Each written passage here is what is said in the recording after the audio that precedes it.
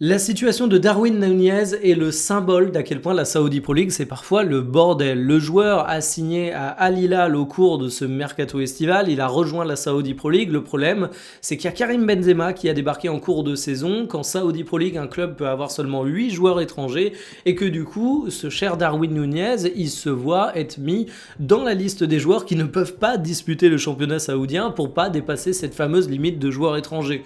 C'est un comble pour un mec qui a été recruté une belle somme au cours de l'été dernier, c'est un comble pour un mec qui jouait jusqu'à présent et du coup la presse s'affole, notamment en Angleterre, sur la destination future possible de Darwin Núñez parce qu'évidemment dans ces conditions, il ne peut pas rester en Saudi Pro League. Il y a une concurrence qui est annoncée entre Newcastle qui est éternellement à la recherche d'un nouveau numéro 9 en plus de ce qu'ils ont déjà fait et Chelsea qui est évidemment évoqué dès qu'il s'agit d'aller recruter des joueurs où il faut poser un gros billet.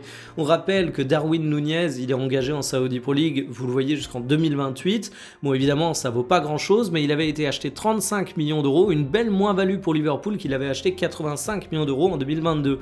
C'est un joueur que je considère comme étant doué, mais avec des limites techniques qui sont trop importantes pour un club de très très haut niveau. Donc je suis curieux de voir où il va terminer, mais en tout cas, il doit être assez énervé concernant sa gestion du côté d'Al Hilal, parce qu'il faut avouer que c'est assez comique.